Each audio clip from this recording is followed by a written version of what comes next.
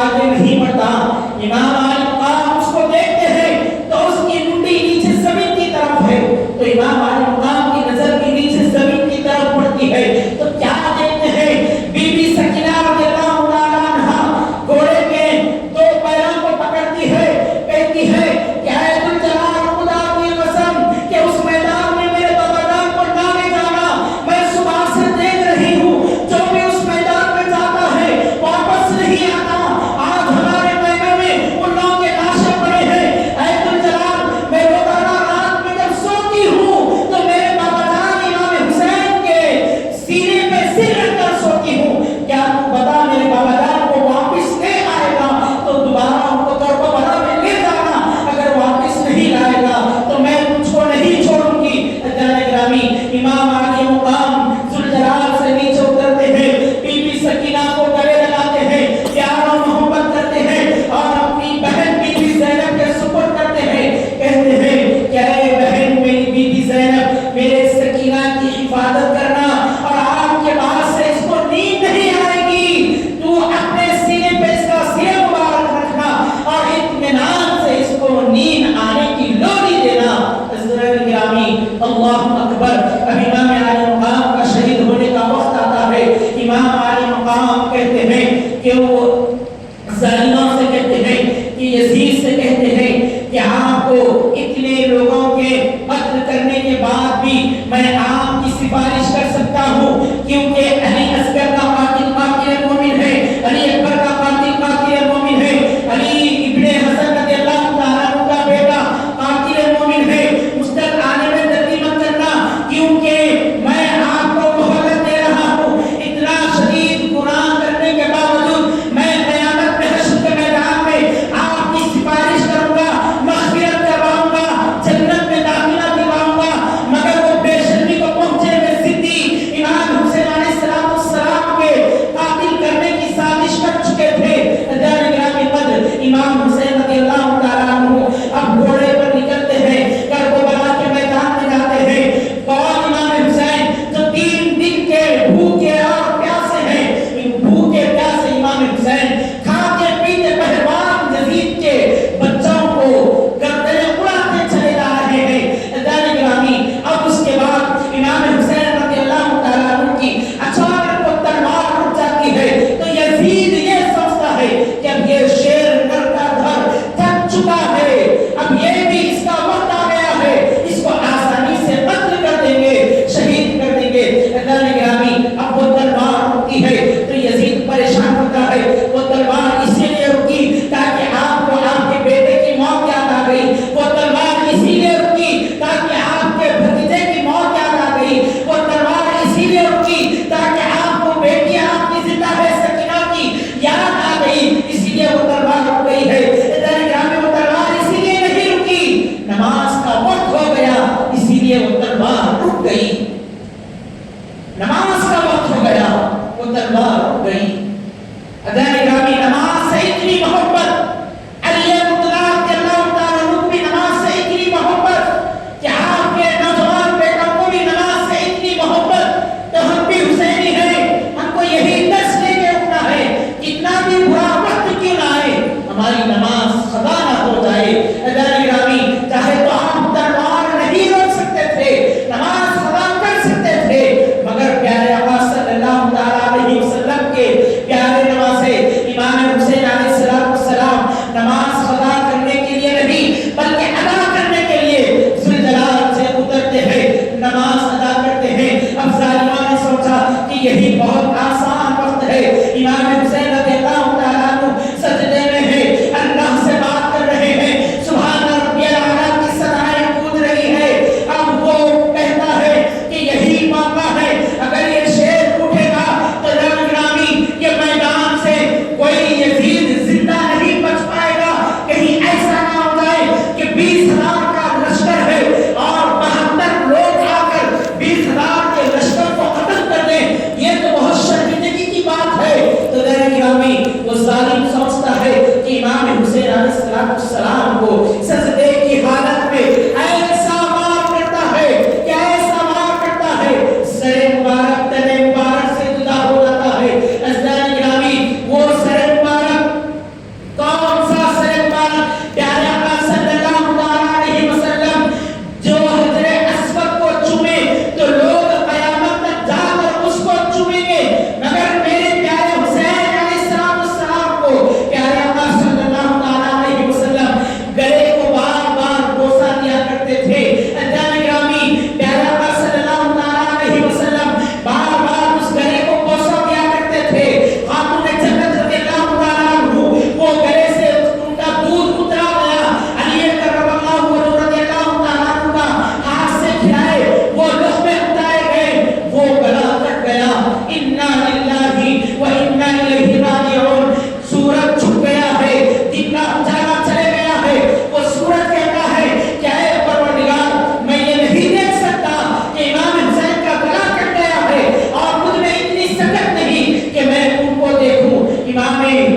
مسلم رضی اللہ تعالیٰ عنہ، بی بی اما عائشہ صدیقہ رضی اللہ تعالیٰ عنہ ارشاد فرماتی ہے، احادیث مبارکہ ہے کہ آپ کے باب میں پیارے آقا صلی اللہ تعالیٰ علیہ وسلم کا دیدار ہوتا ہے، پیارے آقا صلی اللہ تعالیٰ علیہ وسلم کے چہرے مبارک سے آنسو جاری ہے، ریش مبارک تر ہے، کہتے ہیں کہ یا رسول اللہ یہ کیا معاملہ ہے، بال بکھرے ہوئے ہیں، آنسو جا رہے ہیں، ریش مبارک سے آنسو گر رہے ہیں، ٹپک رہے ہیں، اور پیارے آقا صلی اللہ تعالیٰ علیہ وسلم کے ہاتھ میں ایک شیشہ ہے، کہتے ہیں کہ یا رسول اللہ یہ کون سا شیشہ ہے، اس میں کیا چیز ہے؟ تو حضور ارشاد فرماتے ہیں کہ اے عائشہ میں آج صبح سے اپنے شہیدوں کا خون اس میں جمع کر رہا ہوں، قسم خدا کی اگر میرے شہداء کا خون زمین پر گر جاتا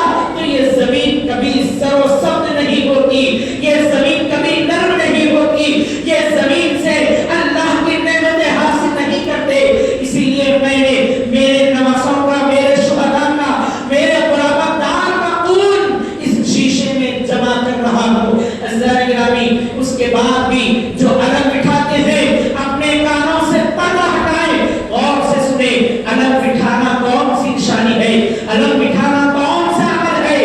اس کے بعد ظالموں نے خاموش نہیں بیٹھا، امام علی مقام رضی اللہ تعالیٰ عنہ کے سر مبارک کو نیزے سے لگاتے ہیں، جلوس کی شکل میں نکالتے ہیں۔ بی بی زینب رضی اللہ تعالیٰ عنہ کہتی ہے کہ جب امام علی مقام رضی اللہ تعالیٰ عنہ کا سر مبارک نیزے سے لگایا گیا، جلوس نکالا گیا، تو بی بی زینب رضی اللہ تعالیٰ عنہ کہتی ہے کہ میں میرے بھائی کے سر مبارک کو دیکھتی ہوں، تر و تازہ نظر آتا ہے، اور میرے بھائی کے لبے مبارک کھلتے ہیں۔ مفسرین اکرام بیان فرماتے ہیں کہ بی بی زینب کہتی ہے کہ امام حسین رضی اللہ تعالیٰ عنہ کا قتل ہونے کے بعد، گردن سے جدا ہونے کے بعد، جب ظالمان نیزے سے لگا کر سر کو اٹھاتے ہیں اور لے کر نکلتے ہیں، تو بی بی زینب کہتی ہے کہ میرے بھائی کی زبان سے میں قرآن کی تلاوت سن رہی ہوں، میرا بھائی قرآن کی تلاوت کر رہا ہے، میں سماعت کر رہی ہوں۔ عزیزان گرامی قدر، اب اس کے بعد کیا دیکھتے ہیں؟ رات کی تاریکی آ گئی، اندھیرا چھا گیا ہے، بی بی زینب رضی اللہ تعالیٰ عنہ اور سید العابدین رضی اللہ تعالیٰ عنہ قافلے کو لے کر نکلتے ہیں، دمشق کی طرف جاتے ہیں، تو بی بی سکینہ رضی اللہ تعالیٰ